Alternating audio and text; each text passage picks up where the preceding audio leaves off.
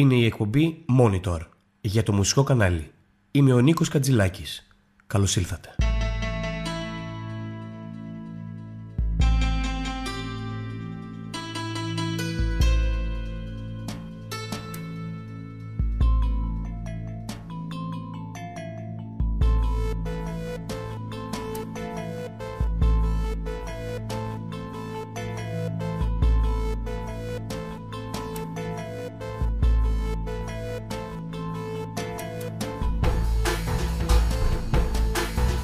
Είναι η τέταρτη εκπομπή Monitor, ένα είδος ραδιοφωνικού ντοκιμαντέρ για το μουσικό κανάλι. Σήμερα θα ασχοληθούμε με την περίπτωση της Ισλανδίας και το ιστορικό της εκεί εξέγερσης και ανατροπής. Μια ιστορία η οποία είναι επίκαιρη και για τις δικές μας εγχώριες υποθέσεις. Θεωρείται ως η χώρα των πάγων, όπως υποδηλώνει η μετάφραση του ονόματός της. Μια χώρα με το υψηλότερο βιωτικό επίπεδο στον κόσμο ως το 2007, την οποία η οικονομική φούσκα των τελευταίων χρόνων μετέτρεψε από χώρα ψαράδων σε χώρα μεγαλοτραπεζών και μεγαλοεπενδυτών, κάστες ανθρώπων οι οποίοι έμελε να συμπαρασύρουν ολόκληρη την Ισλανδία και τον λαό της σε μια περιπέτεια που έφερε σεισμούς στο παγκόσμιο οικονομικό σύστημα, αλλά και ελπίδα για πολλούς λαούς οι οποίοι είδαν στο παράδειγμα των Ισλανδών μία διέξοδο από τα οικονομικά και πολιτικά δεσμά που τους έχουν επιβληθεί.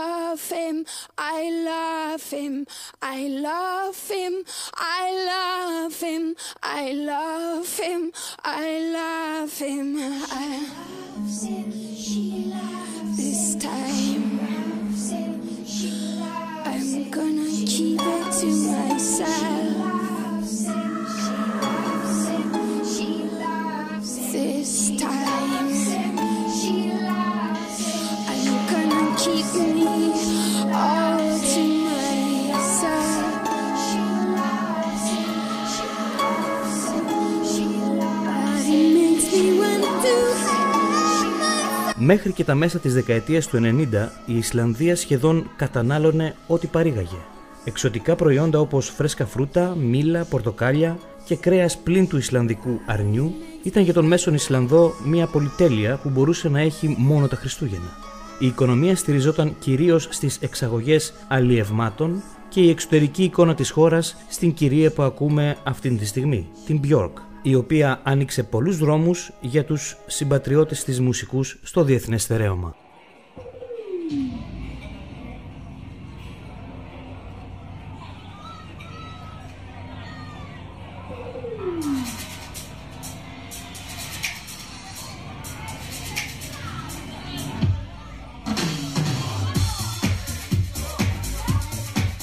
Μετά την ιδιωτικοποίηση του τραπεζικού της τομέα, που ολοκληρώθηκε το 2000, η οικονομία της Ισλανδίας μπήκε σε μια νέα φάση, αφού μέσα σε 5 χρόνια οι ιδιώτες τραπεζίτες δανείστηκαν 120 δισεκατομμύρια δολάρια, ποσό που αναλογεί στο δεκαπλάσιο της συνολικής Ισλανδικής οικονομίας. Έτσι, δημιουργήθηκε μια τεράστια φούσκα που οδήγησε στον διπλασιασμό της αξίας των ακινήτων, πλουτίζοντας ένα τμήμα του πληθυσμού που μπόρεσε στη συνέχεια να επενδύσει στο εξωτερικό, αγοράζοντας επαύλεις, σκάφη και ιδιωτικά αεροσκάφη. Οι Ισλανδοί μέσα σε λίγα χρόνια δηλαδή είδαν τις ζωές τους να μεταλλάσσονται με εκπληκτικό ρυθμό και να εξελίσσονται σε ένα τρελό πάρτι. Από λαός που σπάνια ταξίδευε, πολλοί περνούσαν τα Σαββατοκύριακά τους μακριά από την πρωτεύουσα Ρέικιαβικ, με προορισμούς όπως η Νέα Υόρκη, το Λονδίνο, η Κοπενχάγη, για να γευτούν τη γαστρονομία στα ακριβά εστιατόρια αυτών των πόλεων. Κάποιος μπορούσε να μπει σε μια αντιπροσωπεία αυτοκινήτων και να βγει με ένα μεγάλο τζιπ χωρίς να έχει πληρώσει δεκάρα, με το κόστος καλυμμένο έως και 100% από χαμηλότοκο δάνειο το οποίο δινόταν επιτόπου. Από δεινοί ψαράδες των φιόρδ της Βόρειας Θάλασσας, οι Ισλανδοί άρχισαν να ακούγονται διεθνώς πλέον ως δεινοί επιχειρηματίες, οι οποίοι εξαγόραζαν μεγάλες εταιρείες του εξωτερικού, ποδοσφαιρικές ομάδες της Αγγλίας, γνωστές αλυσίδες καταστημάτων. Ενώ το 2007 η χώρα κατατασσόταν ως η πρώτη παγκοσμίως στον δείκτη ανθρώπινης ανάπτυξης του Οργανισμού Ηνωμένων Εθνών. Η Ισλανδία ζούσε ένα ξέφρενο ψεύτικο όνειρο κατά μεσής του Ατλαντικού ωκεανού. Αυτό που δεν ήξεραν ή δεν ήθελαν να μάθουν όμως οι Ισλανδοί πολίτες ήταν ότι η πολιτική υπερδανεισμού των τραπεζών θα άφηνε πίσω της ένα αβάσταχτο χρέος, που όσο και να προσπαθούσαν δεν θα μπορούσαν να αποπληρώσουν οι υπόλοιποι πολίτες. Absolutely, I have full confidence in our banks. And actually the fundamentals of the Icelandic economy are quite strong.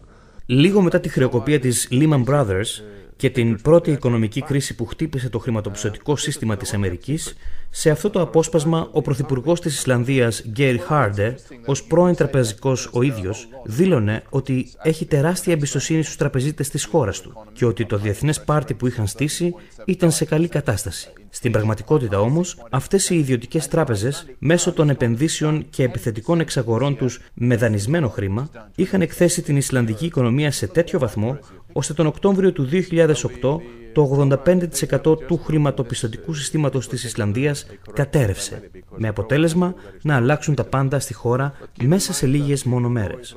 Μέχρι εκείνη τη στιγμή, οι τρεις μεγάλες τράπεζες της χώρας, οι οποίες τελικά χρεοκόπησαν, είχαν αποκτήσει το δεκαπλάσιο μέγεθος της οικονομίας της Ισλανδίας, παρά το ότι είχαν ιδιωτικοποιηθεί μόλις το 2002.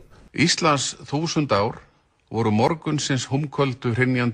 Αρχές Οκτωβρίου του 2008 οι Ισλανδοί κοιτούν σαστισμένοι στις τηλεοράσεις τους τον πρώην πρωθυπουργό τους, ο οποίος τους διαβεβαίωνε ότι όλα είναι καλά με την οικονομία της χώρας, να τους ανακοινώνει με το διάγγελμα που ακούτε την κατάρρευση των μεγάλων Ισλανδικών τραπεζών.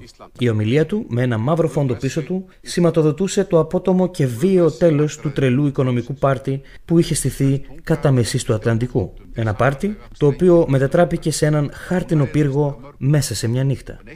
Ο πρωθυπουργός Geir Haarde έκλεισε το διάγγελμά του με τη φράση «Ο Θεός να σώζει την Ισλανδία».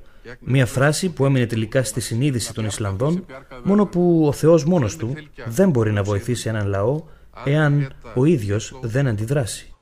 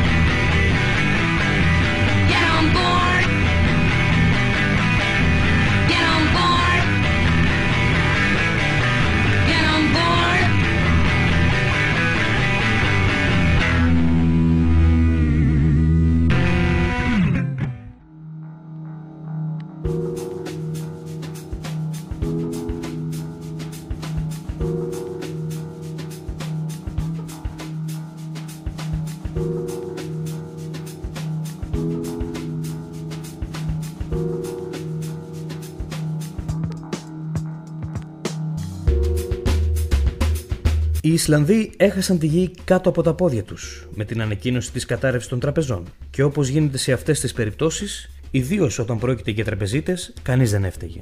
Στον πραγματικό κόσμο όμως, ένα μεγάλο μέρος των ιδιωτικών αποταμιεύσεων χάθηκε. Η ανεργία οκταπλασιάστηκε και οι τιμές των προϊόντων πρώτης ανάγκης έγιναν απρόσιτες. Ενώ οι κοινωνικές υπηρεσίες όπως η υγεία, η παιδεία κτλ. Έπαψαν στην κυριολεξία να υπάρχουν. Οι δείκτες του χρηματιστηρίου κατέρευσαν, ενώ το συνολικό δημόσιο χρέος αυξήθηκε στο 130% του ΑΕΠ της χώρας, με αποτέλεσμα το 2,5% του πληθυσμού της Ισλανδίας να εγκαταλείψει τη χώρα τους αναζητώντας εργασία στο εξωτερικό.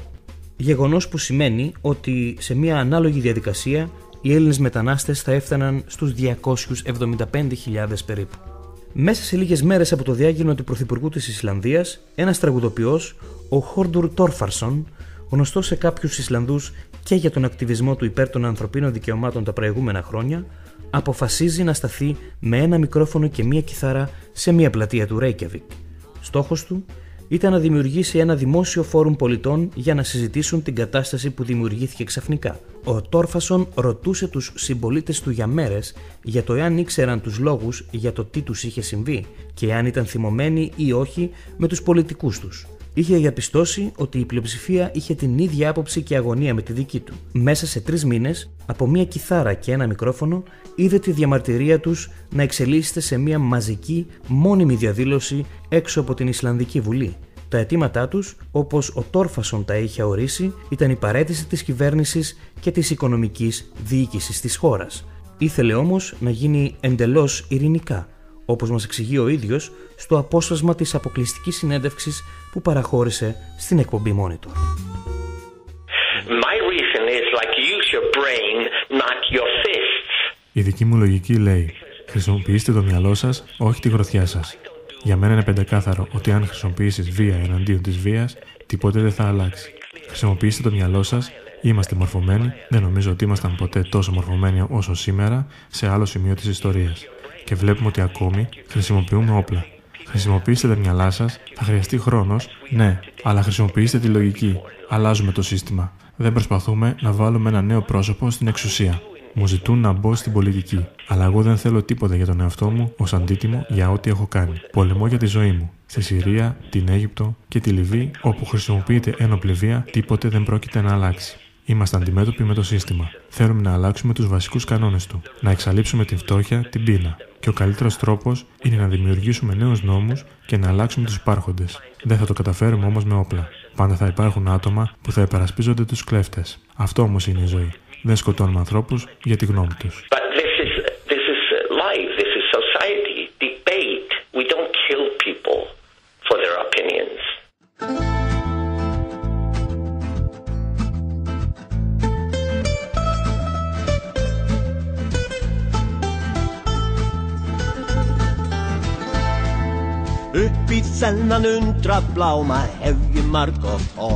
Ως τραγουδοποιός, ο Τόρφασον αφιέρωσε επίσης την τέχνη του τραγουδώντας για τον αγώνα των συμπατριωτών του, σε δείγμα της μουσικής που ακούμε αυτή τη στιγμή, στα Ισλανδικά, ενώ κάποιοι από τους στίχους του λένε τα εξής. Ο φόβος βρίσκεται στο κουράγιο, ο φόβος μιας σύγκρουσης που πληγώνει. Συγκέντρωσε το μυαλό σου, σκέψου τον στόχο, του να πολεμήσεις εναντίον αυτών που απειλούν και καταστρέφουν. Κλείνω τα λιμάνια που μου υπόσχονται και μου στοιχίζουν την ελευθερία μου. Κουράστηκα να ακούω. Σκλάβε, ζήτα περισσότερα. Από άτομα που σου στερούν την ελευθερία σου. Μέσα μου υπάρχει ένας δυνατός πόθος για ζωή. Φλογερά καθαρός και συγκεκριμένος. Η ζωή μου φτιάχτηκε για μένα. Η ελευθερία δεν είναι πολύπλοκη. Εστιάζω στο τώρα, που θα μπορούσα να χάσω στη ματαιότητα και την απομίμηση.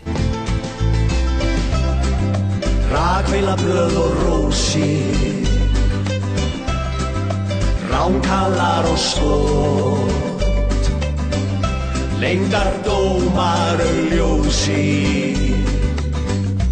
Lífsins heila brot Veröldin ansi stór en á stundum líka smá Ég stend mig oft að verki við þá iðju að vera til Á stundum ger ég mistök sem hrella mig úr hrjá En heilsugar get ég sagt að það ekki það sem ég vil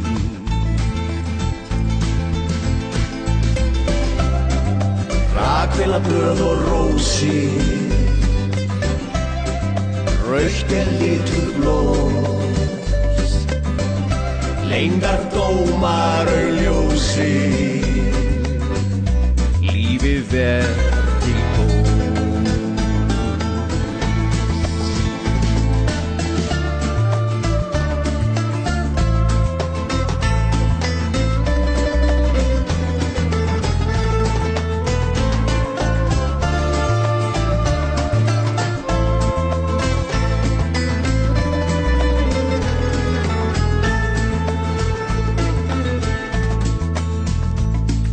Þú hallaðir þér að grindverkinu og brostir til mín blíð Og baðst mig hugsa málið aftur í nokkra dag í ró Í heimsins stóra faðmi við fundum eitthvað nýtt Sem falið var í ástinni sem strítt okkur og hló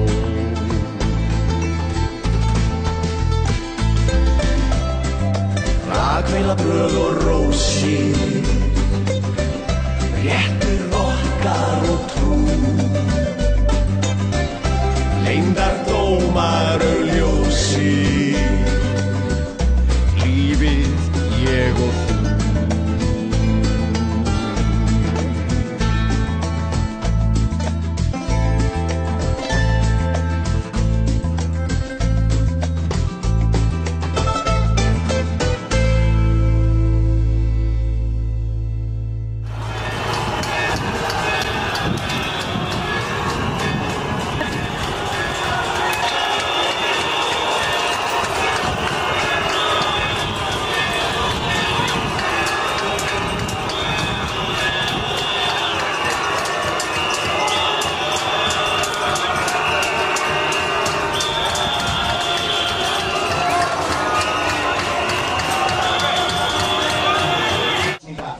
It's now known as the Pots and Pans Revolution. Αρχές του 2009, ο Τόρφαρσον και η μεγάλη πλειοψηφία των Ισλανδών πολιτών καταφέρουν να εκπληρώσουν τα αιτήματά τους με ειρηνικό τρόπο, αφού επικράτησε η λογική του Τόρφαρσον έναντι των αρχικών βίαιων εκδηλώσεων.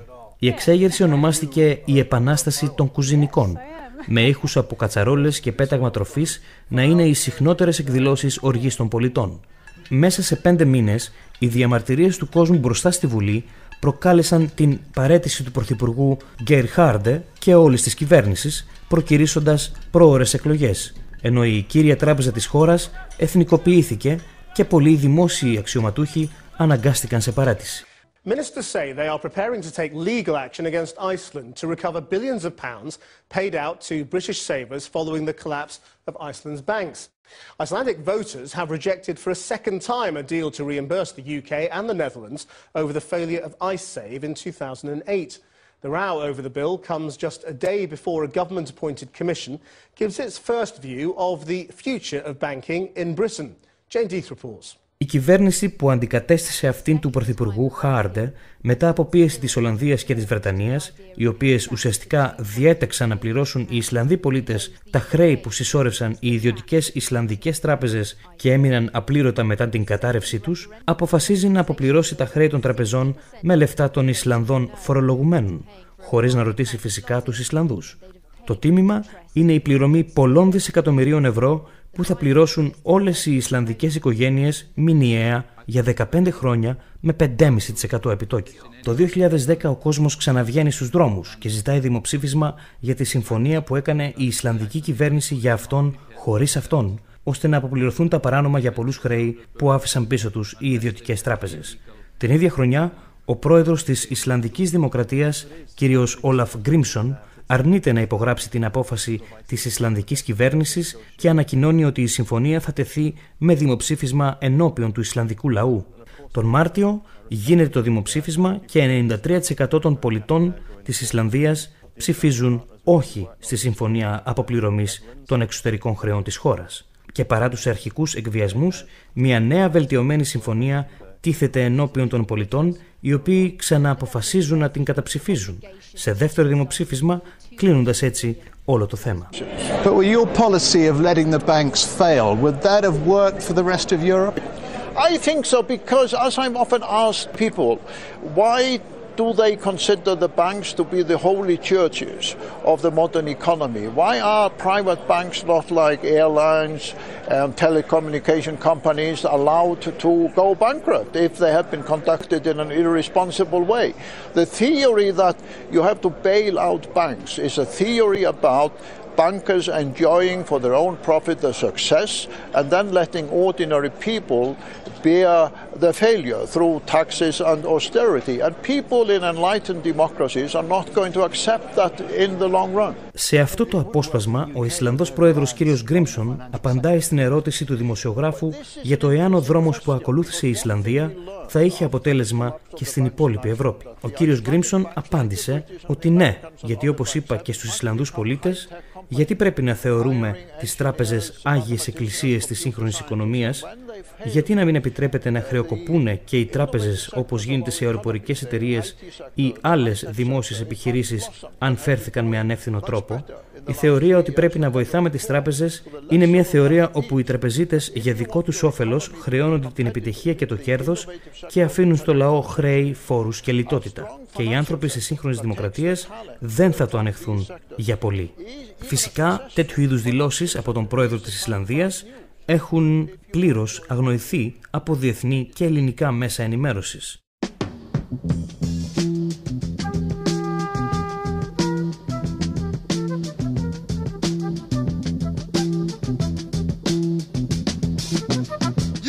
Be able to stay home, brother. You will not be able to plug in, turn on, and cop out. You will not be able to lose yourself on Skag and skip out for beer during commercials because the revolution will not be televised. The revolution will not be televised. The revolution will not be brought to you by Xerox in 4 parts without commercial interruptions.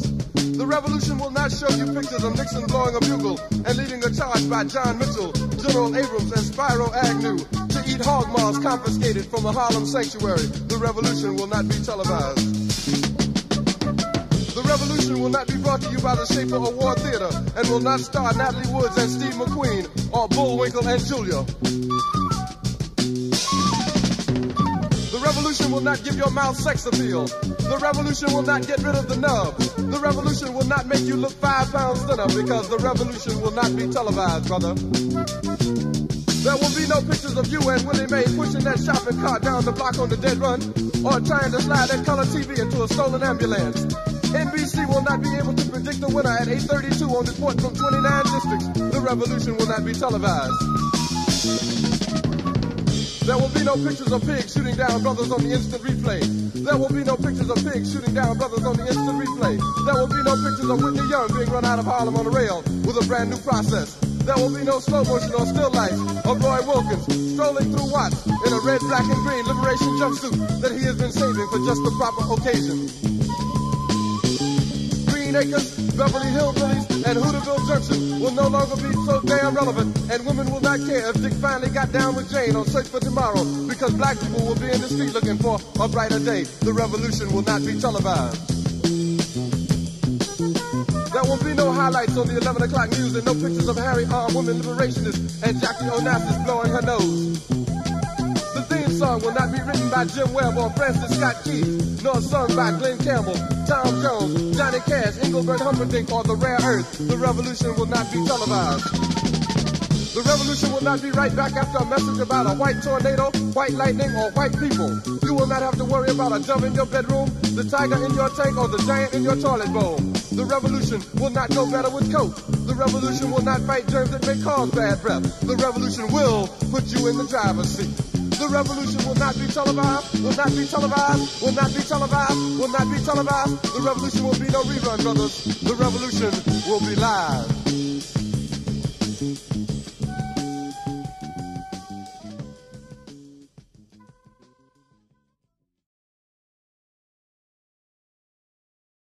But I'll teach the little angels. I'll take the harp away, but I'll teach them how to use the harmonica. Something, I'll just do something like... Είναι το δεύτερο μέρος της εκπομπής Monitor για το μουσικό κανάλι. Μόλις επιστρέψαμε. My punctuality is well known. When the revolution takes place, I'll be late and I'll be shot as a traitor.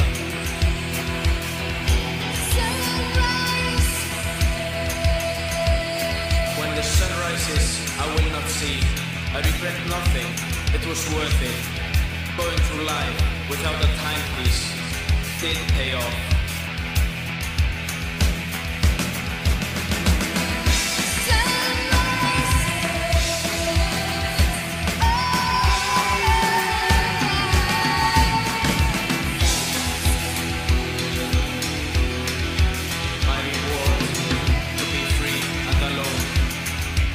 Even now, at the pillar, blindfold, at sunrise, hitting the drums of Catalan, beating my time away.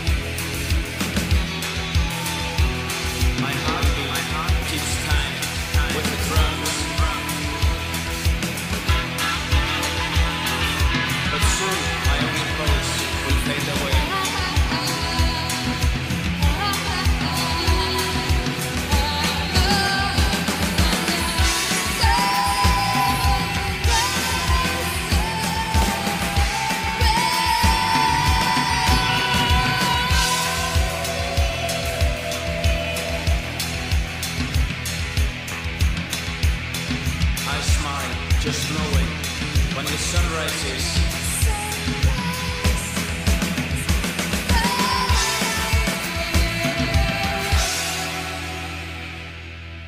I will not see. Ο ρόλος του Ισλανδού Προέδρου, λοιπόν, φαίνεται καθοριστικός στην έκβαση της ιστορίας για την βόρεια νησιωτική χώρα. Αυτό είπαμε και στον κύριο Χόρντουρ Τόρφαρσον, ότι δηλαδή υπάρχει η πεποίθηση ότι οι Ισλανδοί ήταν τυχεροί που είχαν για πρόεδρο τον κύριο Γκρίμσον, που πήρε το μέρος των πολιτών την κρίσιμη στιγμή, αλλά και ότι η ανατροπή έγινε δυνατή λόγω του μικρού πληθυσμού της Ισλανδίας. Ο Χόρντουρ Τόρφαρσον απάντησε στην εκπομπή Monitor το εξής.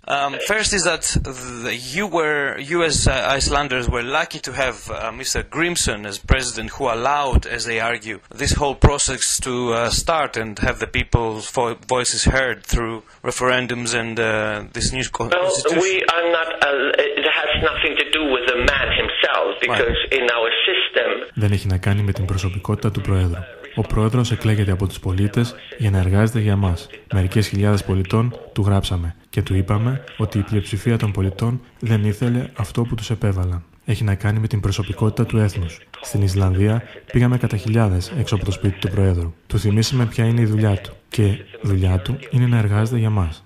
Και δεν έχει να κάνει με πόσες χιλιάδες ή εκατομμύρια ανθρώπων υπάρχουν σε κάθε χώρα, αλλά με το τι θέλουν αυτοί οι άνθρωποι να κάνουν. Ξεκινήστε με την κοινότητά σας, τη γειτονιά σας και να είστε ξεκάθαροι με το τι θέλετε να κάνετε. Εάν είστε ξεκάθαροι με αυτό και κινητοποιήσετε κόσμο γύρω σας και δεν χάνετε το στόχο, θα λειτουργήσει. Απλά, ίσως πάρει χρόνο. Είμαι η ζωντανή απόδειξη αυτού και είμαι σίγουρος ότι υπάρχουν πολλοί ακόμη σαν εμένα. I'm a living proof of this as an individual. And I'm sure there are lots of more people around. Þessi sala á nýtingarrétti í samræmi við lögin afnot og eign íslenskra náttúruauðlinda skuli vera í höndum íslenskra stjórnvalda. Σε αυτόν τον αγώνα φαίνεται ότι η μεγάλη πλειοψηφία των Ισλανδών είχε ενεργή συμμετοχή, με τους καλλιτέχνες της χώρας να βρίσκονται στην πρώτη γραμμή.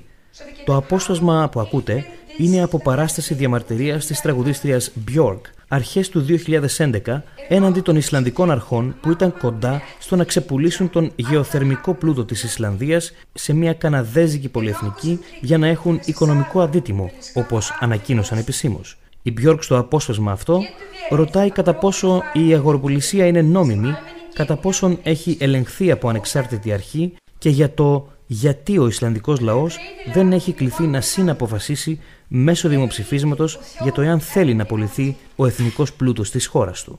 Και αναρωτιέται για το κατά πόσον αυτή η αγοροπολισία είναι τελικά αντάλλαγμα για τα χρέη που αρνήθηκαν να πληρώσουν οι Ισλανδοί πολίτες. Η πολιτική, βλέπετε, έχει να κάνει με αυτά που φαίνονται, αλλά και με αυτά που μένουν εν κρυπτό.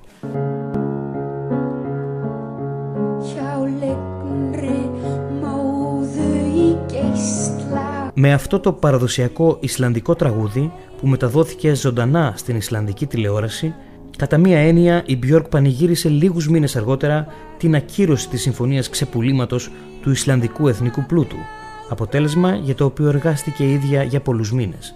«Η δουλειά μου και η ζωή μου υπάρχουν για να ξεχαστούν όλες οι λύπες του κόσμου», λένε οι στίχοι του τραγουδιού.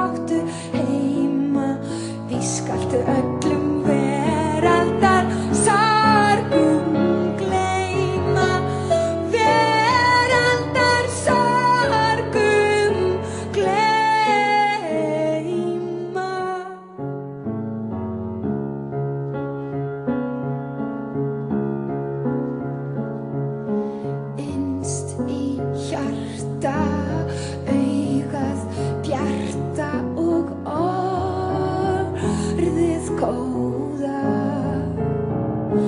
Hann keimir sem skart uns grafar hún svart mun gestum bjóða.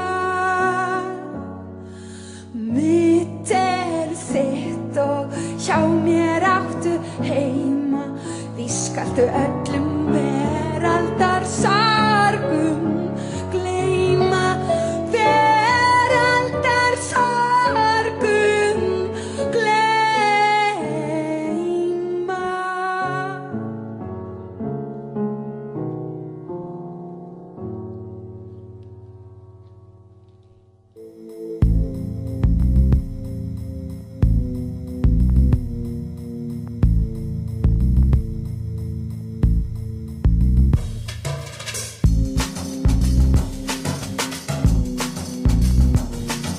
Στο πλαίσιο της κρίσης και του αγώνα των Ισλανδών, οι πολίτες πετυχαίνουν την σύσταση συντακτικής εθνοσυνέλευσης, με στόχο να ξαναγραφεί το σύνταγμα της χώρας από τους πολίτες της, ώστε να διαφυλαχθεί ότι ο φυσικός πλούτος της χώρας δεν θα μπορεί να ξεπουληθεί στο μέλλον, ότι δεν θα επαναληφθεί το φαινόμενο να αποφασίζει η κυβέρνηση για τους πολίτες χωρίς τους πολίτες και ότι θα είναι αδύνατον στο εξής να ξαναπαγιδευτεί η χώρα με εξωτερικά δάνεια που θα ωφελούν μία χούφτα ανθρώπους. Έτσι, εκλέγεται ένα σώμα από 25 πολίτες για να συγγράψει το νέο σύνταγμα, πολίτες χωρίς πολιτική εξάρτηση από τους 522 που παρουσιάστηκαν ως υποψήφοι. Η προϋπόθεση υποψηφιότητας ήταν να είναι ενήλικοι και να έχουν προταθεί από 30 συμπολίτες τους. Το σώμα άρχισε την εργασία του τον Φεβρουάριο του 2011 και ξαναέγραψε μεγάλο μέρος του συντάγματος της χώρας, πάντα σε διαβούλευση με χιλιάδες άλλους πολίτες μέσω των διαδικτυακών μέσων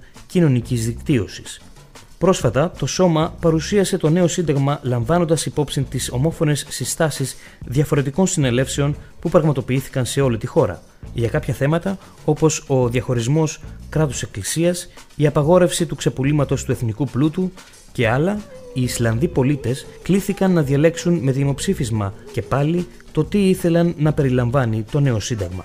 Και σήμερα αναμένουν την επικύρωσή του από το κοινοβούλιο της χώρας, κάτι το οποίο, όπως μας λέει ο κύριος Τόρφασον, καθυστερεί υπερβολικά, με στόχο, όπως υποπτεύεται ο ίδιος, να ξεχαστεί το ζήτημα από τους πολίτες. Η διαφθορά, γι' αυτό βλέπετε, είναι ένα βασικό πρόβλημα που πρέπει να παταχθεί μέσω του νέου συντάγματος. What is the utmost target that a constitution by the people should safeguard, would you say? What is the most important aspect of a society that a new constitution should safeguard, in your view? Well, it should protect us against corruption. Πρέπει να μας προστατέψει από την διαφθορά και να προστατέψει τους φυσικούς πόρους της χώρας μας και να καταστήσει τους πολίτες της χώρας υπεύθυνους για τις πράξεις τους και επίσης να μας προστατέψει έναντι της χρηματοπιστωτικής κατάρρευσης, η οποία είναι μια κατάσταση κατά όλων των εθνών. Η πλειοψηφία των ανθρώπων να είναι χωρίς εργασία, χωρίς τροφή, μέσα στη φτώχεια και οι υπεύθυνοι, αυτοί που προκάλεσαν αυτή την κατάσταση, να έχουν γίνει δισεκατομμυριούχοι. Αυτό είναι απαράδεκτο.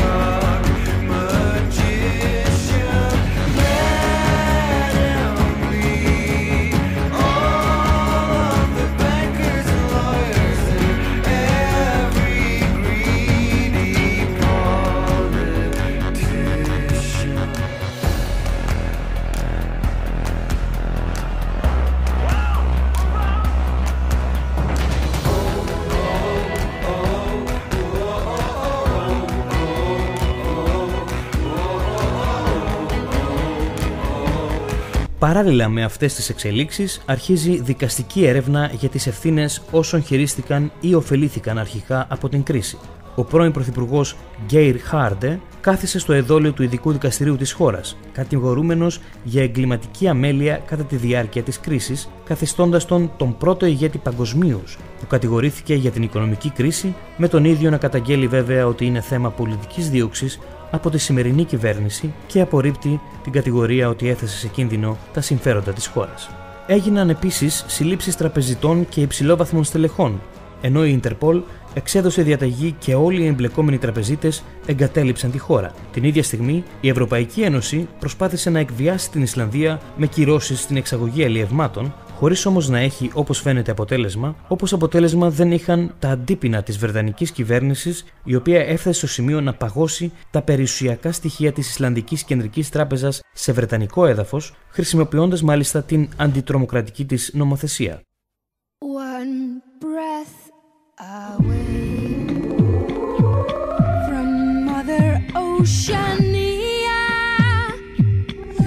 your nimble feet make prints in my sand. You have done good for yourselves since you left my wet embrace and crawled ashore. Every boy is a snake, is a lily. Every pearl is a lynx, is a girl. Sweet like harmony, made into flesh.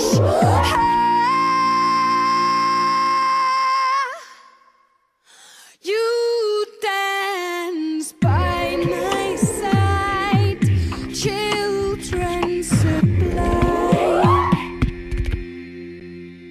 You show me continents, I see the islands.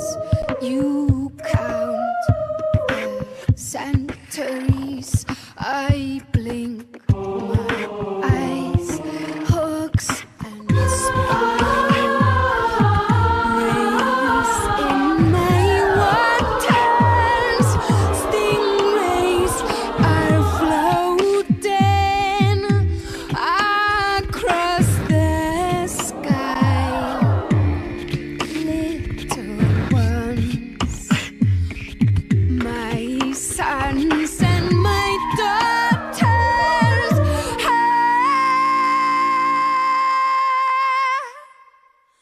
Your sweat is salty. I am white. I am white. I am white. Your sweat is salty. I am white. I am white.